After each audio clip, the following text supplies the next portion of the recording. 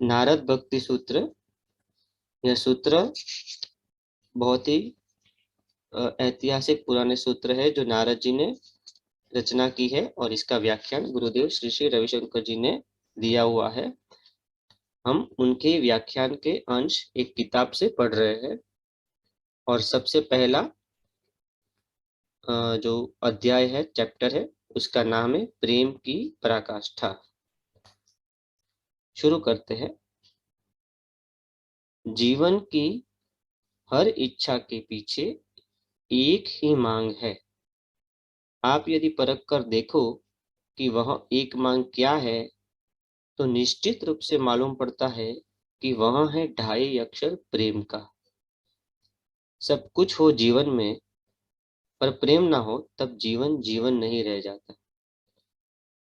और यदि प्रेम हो और कुछ हो या ना हो फिर भी तृप्ति रहती है जीवन में, मस्ती रहती है, आनंद रहता है कि नहीं? जीवन की मांग है प्रेम। और जीवन में परेशानियां, समस्याएं, बंधन, दुख, दर्द, यह सब होता भी प्रेम से ही है। व्यक्ति से प्रेम हो जाए तो वही फिर मोह का कारण बन जाता है। वस्तु से प्रेम हो जाए तो लोभ हो जाता है। इसी को तो लोभ कहते हैं। अपनी स्थिति से प्रेम हो जाए उसको मद कहते हैं, अहंकार कहते हैं। और ममता, अपनेपन से प्रेम यदि मात्रा से अधिक हो जाए तो उसे ईर्ष्या कहते हैं। प्रेम अभिष्ट है फिर भी उसके साथ जुड़ा हुआ यह सब अनिष्ट किसी को पसंद नहीं है।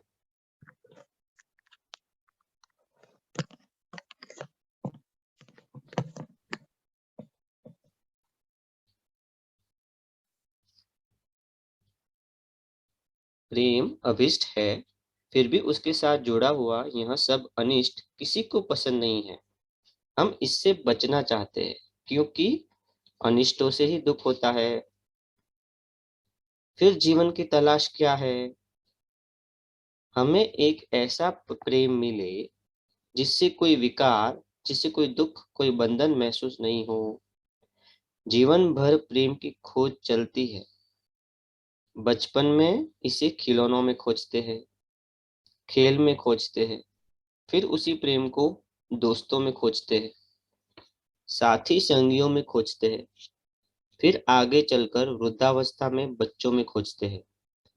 तब भी हाथ कुछ नहीं आता, खाली ही रह जाता है। यदि सचमुच में प्रेम का अनुभव, शुद्ध प्रेम का अनुभव एक बार भी हो जाए तो व्यक्ति का जीवन परिवर्तन की दिशा पर चल पड़ता है। एक बार भी एक झलक मिल जाए भक्ति की फिर व्यक्ति के जीवन में समष्टि उतर आती है, तृप्ति झलकती है, कदम कदम पर आनंद की लहर उठती है। यदि हम प्रेम को जानते ही नहीं होते तब प्रेम के बारे में चर्चा करना, विचार करना, कुछ कहना सब बेकार है। यदि कोई व्यक्ति अंधा है तो उसको रोशनी के बारे में बताना मुश्किल है, या कोई बहरा है उसको संगीत के बारे में समझाना करीब करीब असंभव है। इसी तरह यदि हम प्रेम को जानते ही नहीं होते तब उसके बारे में कहना, बताना, चर्चा करना, विचार करना सब बेकार है। हम प्रेम को जानते हैं, या ऐसा कहे प्रेम को हम महसूस करते हैं जीवन में, मगर उसकी गहराई में नहीं उतरे। हमारे जीवन में प्रेम एक कुएं जैसा बनकर रह गया है। एक छोटा कंकड़ पत्थर भी यदि उसमें डाल दो एकदम नीचे की मिट्टी ऊपर आने लगती है। परंतु मन यदि सागर जैसा हो, प्रेम यदि इतना विशाल हो, तब चाहे पहाड़ भी गिर जाए उसमें कोई फर्क नहीं पड़ता। जीवन में प्रेम उदय हो और उसकी विशालता हमारे अनुभव में आ जाए तब समझना जीवन सफल हो गया। जरा सोचो ना, मान लो आपको सब कुछ मिल जाए जीवन में मगर प्रेम नहीं, आप जीना पसंद करेंगे क्या? प्रेम अनुभव में पूर्ण रूप से आ जाए तब उसके बारे में व्याख्या करने की कोई जरूरत नहीं। गहराई में यदि एक बार भी तुम भक्ति की श्वास ले लोगे, फिर भक्ति क्या है बताने की जरूरत नहीं, किंतु एक धुंधला सा अनुभव तो है, थोड़ा पता तो है, मगर पूरा समझ में नहीं आ रहा। तब नारद महर्षि कहते हैं, यहाँ तक जो गुरुदेव ने जो समझाया कि प्रेम हमें पता है, हमने प्रेम को ही खोजा है जीवन भर।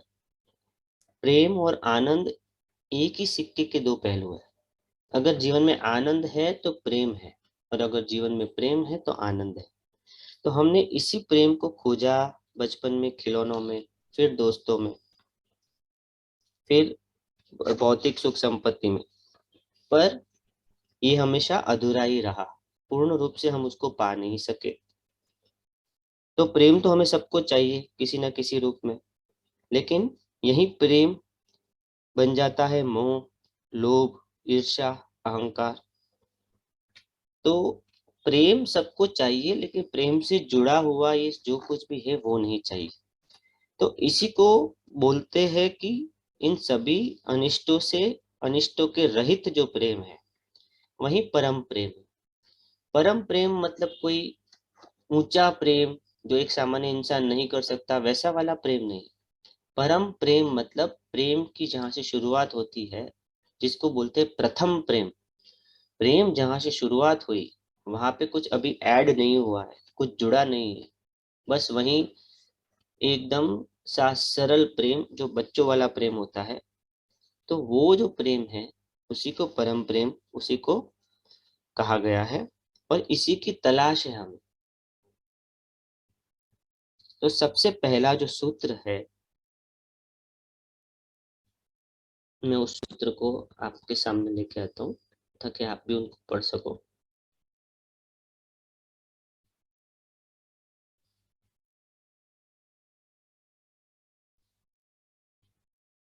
सबसे पहला सूत्र है, अथा तो भक्तिम व्याख्यास्याम।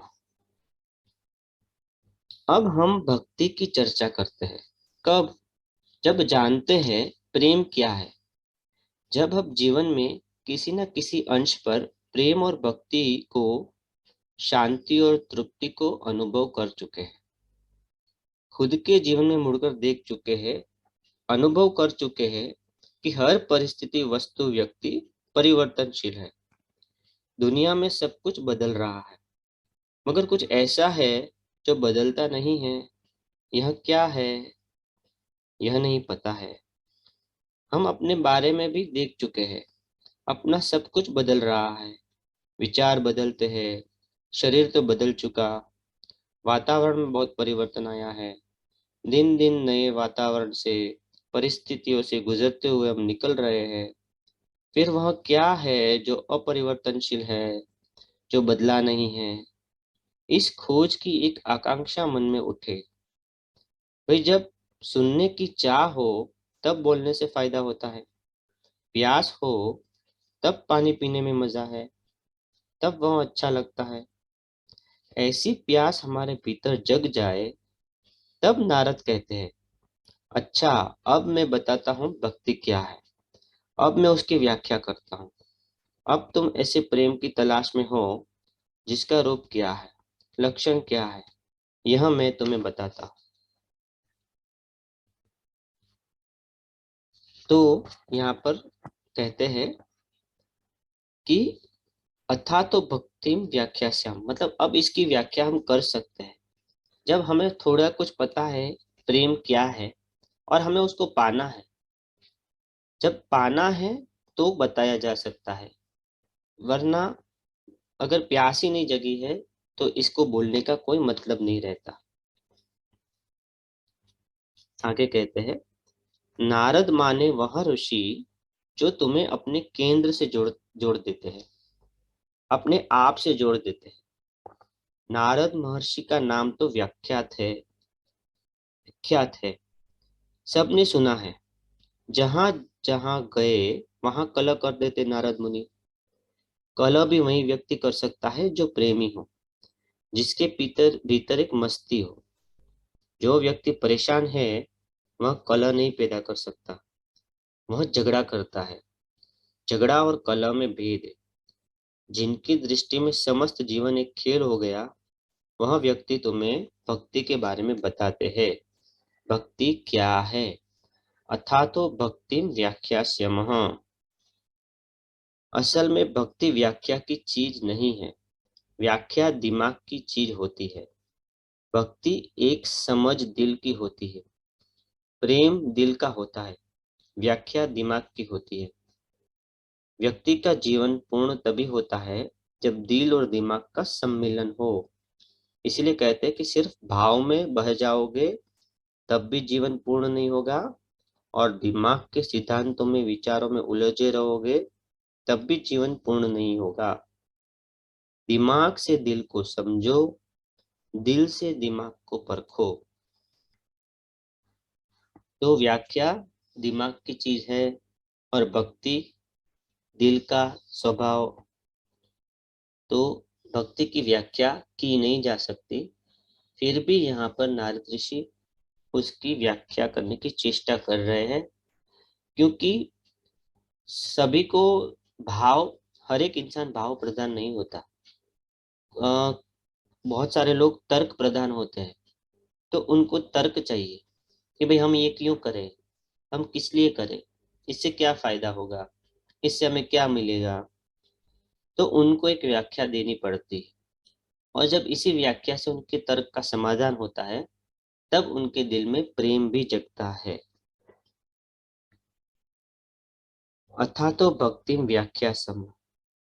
अब हम भक्ति के बारे में व्याख्या करते हैं, जिसकी व्याख्या करना करीब करीब असंभव है, वह सिर्फ नारद के लिए संभव है।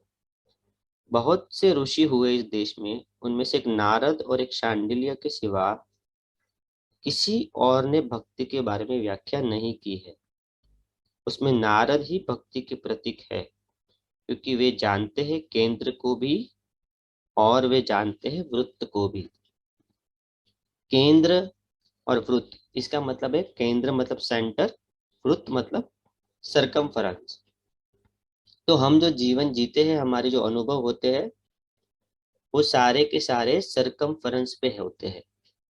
तो हम उसी में अपना जीवन गुजारते हैं, और हमें, और हम अनुभव भी सरकमफेरेंस पे लेना चाहते हैं, और हम अपने केंद्र से नहीं जुड़ पाते। तो अगर हम केंद्र से जुड़ जाए तो बात वहीं पे पूर्ण हो जाती है।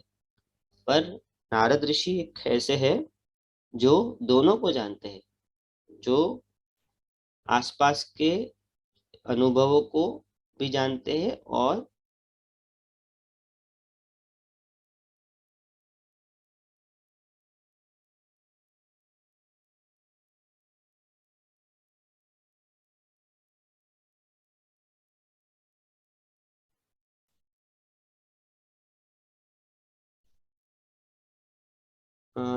बीच में कहीं पे डिस्कनेक्ट हुआ था, या it was all right till now? Disconnect हुआ था sir. Yes. Okay, last how many seconds? हम केंद्र से जुड़ नहीं पाते हैं, आपने बोला था। हाँ, ओके। हाँ, तो यहाँ हम केंद्र से जुड़, हम सिर्फ अपने अनुभव में उलझे रहते हैं और केंद्र से नहीं जुड़ते। पर नारद ऋषि ऐसे हैं जो हमारे अनुभवों को भी जानते हैं और हमारे केंद्र को भी, क्योंकि वो खुद केंद्र से जुड़े हुए हैं। इस तरह उनके लिए इसकी व्याख्या करना संभव है। सबसे पहला जो सूत्र, पहले सूत्र के बाद जो, जहां से शुरुआत होती है, दूसरा सूत्र, तो दूसरा सूत्र है सा तस्मिन् परम प्रेम रूपा। अब हम किसी से पूछे, इस सूत्र की पूर्व भूमिका में कहते हैं गुरुदेव कि अब हम किसी से पूछे ऋषिकेश कहाँ है, तो कोई हरिद्वार जानने वाला होगा, वह कहेगा देखो हरिद्वार जानते हो ना, ऋषिकेश हरिद्वार से 25 किलोमीटर की दूरी पर है, उत्तर भारत में, यूपी में है। कुछ समझाने के लिए भी एक निर्देशन की जरूरत है, इसे अंग्रेजी में रेफरेंस पॉइंट कहते हैं। जैसे दिल्ली कहाँ है, हरियाणा और यूपी के बीच में, तो ये सारे रेफरेंस पॉइंट है। तो इसी तरह भक्ति का भी एक रेफरेंस पॉइंट इस सूत्र में दिया गया है, सा त्वस्मिन् परम प्रेम रूपा। वह भक्ति क्या है? परम प्रेम, अति प्रेम, प्रेम की पराकाष्ठा है। जब प्रेम क्या है नहीं जानते, तब भक्ति कैसे समझ सकते हैं? तो कहते हैं प्रेम तो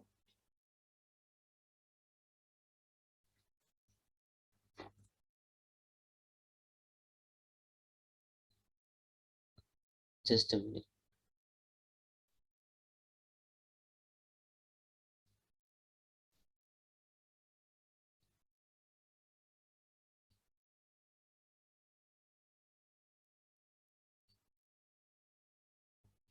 तो ये सूत्र है, सा तस्मिन् परम प्रेम रूपा। तो कहते हैं प्रेम तो तुम जानते हो, माता का प्रेम तुमने जाना, पिता का प्रेम जाना, भाई बहन का प्रेम तुमने जाना, पति पत्नी का प्रेम तुमने जाना, बच्चों के प्रति प्यार तुम्हारे अनुभव में आ गया, वस्तु के प्रति लगाव, व्यक्ति के प्रति लगाव, परिस्थिति के प्रति लगाव, जिससे मोहित होकर तुम दुखी हो जाते हो, उस प्रेम को जानने पर कहते हैं इस प्रेम की ही पराकाष्ठा है भक्ति। एक प्रेम को वात्सल्य, दूसरे को स्नेह, तीसरे को प्रेम कहते हैं, प्रीति, गौरव, इसे भी प्रेम कहते हैं। इस तरह से अलग अलग नाम से हम प्रेम को जानते हैं, और इन सब तरह के प्रेम से जो परे है एक प्रेम, उसी को भक्ति कहते हैं। और इन सब प्रेम को अपने में समेट कर पूर्ण रूप से जो निकली है जीवनी ऊर्जा, जीवनी शक्ति, वही प्रेम है, सा त्वस्मिन् परम प्रेम रूपा। अक्सर क्या होता है, प्रेम तो होता है हमें, किंतु वह प्रेम बहुत शीघ्र ही विकृत हो जाता है, उसकी मौत हो जाती है। प्रेम जहाँ ईर्ष्या बनी, तो प्रेम की मौत हो गई, वहां पर ईर्ष्या में बदल गया वहां प्रेम। जहाँ प्रेम लोभ हुआ, तो वहां प्रेम खत्म हो गया, फिर वहीं प्रेम द्वेष बन गया। प्रेम हमारे जीवन में हमेशा मरणशील रहा है, इसीलिए ही समस्या है। आप किसी से भी पूछो,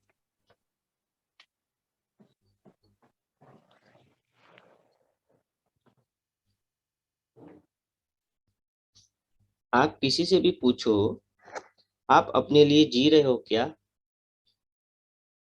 वही कहेंगे नहीं, कहेंगे नहीं नहीं, हम अपने माता पिता के लिए जी रहे हैं, पति पत्नी के लिए जी रहे हैं।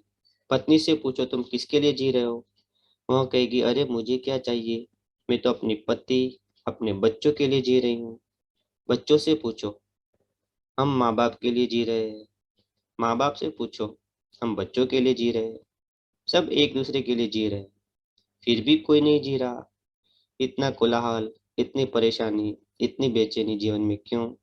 प्रेम की मौत हो गई। मगर परम प्रेम का स्वरूप क्या है? ये तो हम भी अपने फैमिली में अनुभव करते हैं कि पति कहता है कि भाई मैं कमाता हूँ, परिवार के लिए कमाता हूँ, मैं अपने लिए थोड़ी कमाता हूँ। पत्नी कहती है मैं घर संभालती हूँ, अपने लिए थोड़ी संभालती हूँ, मुझे तो एक एक दाल रोटी भी चलती है, मैं इतना कुछ करती हूँ, सब परिवार के लिए करती हूँ। माँ बाप कहते हैं हमने पूरा जीवन क्या किया, आप बच्चों के लिए किया। सब कुछ हम दूसरों के लिए कर रहे हैं, सब कुछ हम दूसरों के लिए प्रेम बांट रहे हैं, फिर भी हमारा जीवन इस तरह से क्यों उलझा है? ये कभी हम क्यों नहीं सोचते? ये विचार हमारे मन में क्यों नहीं जगते? शायद हम अच्छे तरह से विचार करते ही नहीं, इसीलिए हम परेशानियों में रहते हैं। शायद हमने अपने जीवन में ध्यान दिया ही नहीं है, बस वही वही वही वही, मैं दुखी हूँ, मैं परेशान हूँ, पर इसका रास्ता क्या है, और ये सब कुछ क्यों है? ऐसे अगर विचार उठे, ऐसे भाव उठे, तो कुछ आगे रास्ता मिलता है। तो जो पहला जो सूत्र है कि सा तस्मिन् परम प्रेम रूपा, तो इसका मतलब है कि भक्ति प्रेम तो हम जानते हैं, लेकिन हमारा प्रेम बहुत छोटा है, जो मर जाता है, थोड़े समय के लिए रहता है फिर गायब हो जाता है। पर ये ऐसा प्रेम है जो निरंतर बहता रहता है, परम है क्योंकि वो प्रथम है, इसमें कोई विकार नहीं जुड़ा है। ये बहुत ही निस्वार्थ भाव से जो जीवन ऊर्जा जो हमारे अंदर बह रही है, वही परम प्रेम रूप है। अगर इसको हमने पहचान लिया, इसको पकड़ लिया, तो हमारा काम बन गया। इससे अगला सूत्र नारद आगे कहते हैं, अमृत स्वरूपाच। भक्ति ऐसा प्रेम है जिसकी कभी मृत्यु नहीं, जो कभी मरता नहीं है, दिन प्रतिदिन इसकी वृद्धि होती है। सा तस्मिन् परम प्रेम रूपा अमृत स्वरूपाच, जो कभी मरता नहीं। उस भक्ति को जानने से क्या होगा? तो अमृत स्वरूपाच है, अमृत मतलब जिसकी कोई मृत्यु नहीं, और ऐसा स्वरूप है इस भक्ति का कि जो जिसकी कोई मृत्यु नहीं है। तो यह एक अनुभव है जो कभी मिट नहीं सकता। अगर लगनी लग गई, अगर परम प्रेम अनुभव में आ गया, अगर भक्ति जीवन में उतर गई, तो ये भाव, ये धारा कभी मिटेगी नहीं और कभी मिट नहीं सकती। ये निरंतर बढ़ती ही रहती है। इसीलिए इसको कहा गया है अमृत स्वरूपाच। इससे आगे का सूत्र है कि भाई भक्ति जानने से क्या होगा, इससे होगा क्या? तो आगे के सूत्र में बताते हैं, यह लब्ध्वा पुमान सिद्धो भवति अमृतो भवति तृप्तो भवति। भक्ति पाकर क्या करोगे तुम जीवन में, इससे क्या होता है? तब कहते हैं सिद्धो भवति, कोई कमी नहीं रह जाएगी तुम्हारे जीवन में। भक्तों के जीवन में कोई कमी नहीं होती, किसी भी चीज की कमी नहीं होती, किसी भी गुण की कमी नहीं होती। सिद्धो भवति, भक्तों के जीवन में हर सिद्धि अपने आप आने लगती है। जब भक्ति में उतरता है कोई इंसान, तो जो भी कमियां हैं वो मिट जाती है और सिद्धियां अपने आप उसके जीवन में आने लगती है, उसको पता भी नहीं चलता। अमृतो भवति, जो अमृत तत्व को जान लिया उसके जीवन में अमृत तत्व फलप गया। जब हम क्रोधित होते हैं तब हम एकदम क्रोध में हो जाते हैं, और जब खुश होते हैं तब वह खुशी हमारे छा जाती है। हम कहते हैं ना, खुशी से भर गए।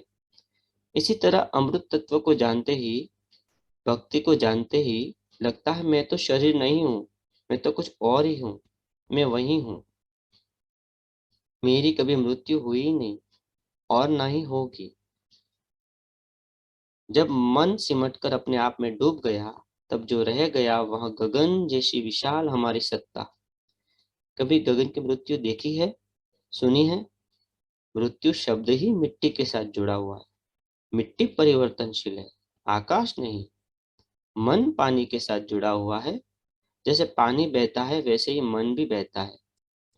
आज के विज्ञान से यह बात सिद्ध हुई है कि शरीर में 98% आकाश तत्व है, 98% स्पेस एलिमेंट।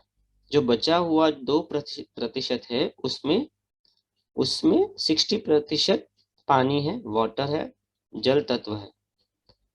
मृत्युमय शरीर मौत के अधीन है, मगर चेतना अमर है। तो अमृतो भवति, जैसे ही भक्ति पा ली तो वो अमृत तत्व को भी जान लेता है। और अमृत तत्व क्या है कि जैसे भक्त इंसान, एक भक्त है, अगर वो भक्ति में डूबा हुआ है तो उसको कुछ भी भान नहीं, ना दुनिया का भान है ना खुद का भान है। तो खुद को भी भूल जाता है, खुद के शरीर को भी भूल जाता है। उस वक्त उसको कभी मिटने का भाव नहीं आएगा, उसको कभी कोई विचार नहीं आएगा। ये जो है, ये जो अवस्था है, ये अमृत अवस्था है, इसकी मृत्यु नहीं है। इसीलिए इसको बोलते हैं कि अमृतो भवति। आगे, प्रेम चमड़ा है या चेतना? क्या है प्रेम? यदि प्रेम सिर्फ मिट्टी होता तो वह अमृत तत्व में नहीं ले जा सकता, भक्ति तक नहीं पहुंच सकता। परम प्रेम जो है वह अमृत स्वरूप है, वही तुम्हारा स्वरूप है। सिद्ध भवति, अमृतो भवति, तृप्तो भवति। नारद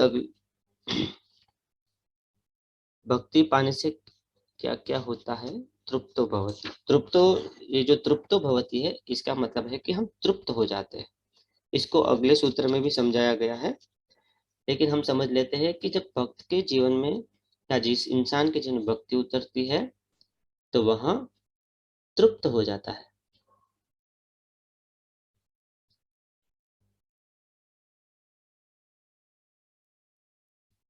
और उसके जीवन में हर क्षेत्र में वह तृप्ति झलकती है। हमारे अनुभव में आया है ना कि जब हम तृप्त होते हैं तो हमें कैसी अनुभूति होती है, अपने आप ही आनंद आने लगता है। और कभी कभी ये जैसे हमें शंकाएं भी होती है कि क्या अगर हम तृप्त हो जाएंगे तो जीवन में आगे कैसे बढ़ेंगे? जीवन में आगे बढ़ना और तृप्त होना, ये दोनों एक नहीं है। तृप्त होकर भी हम आगे बढ़ सकते हैं, क्योंकि वहां पे आगे बढ़ने का ज्वर नहीं होगा। आगे बढ़ने का कर्म होगा, लेकिन आगे बढ़ने का ज्वर नहीं होगा।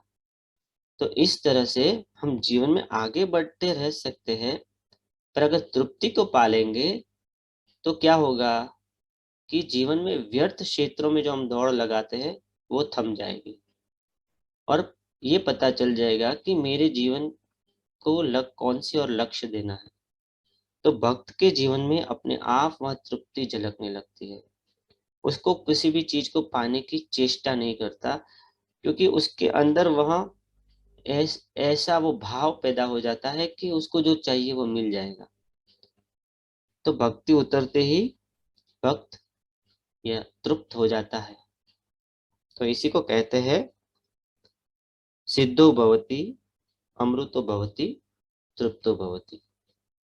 तो आज का ये सेशन हम यहीं पे इसको विश्राम देते हैं। आपको कुछ अगर कहना है, कुछ शेयर करना है तो आप जरूर कर सकते हैं।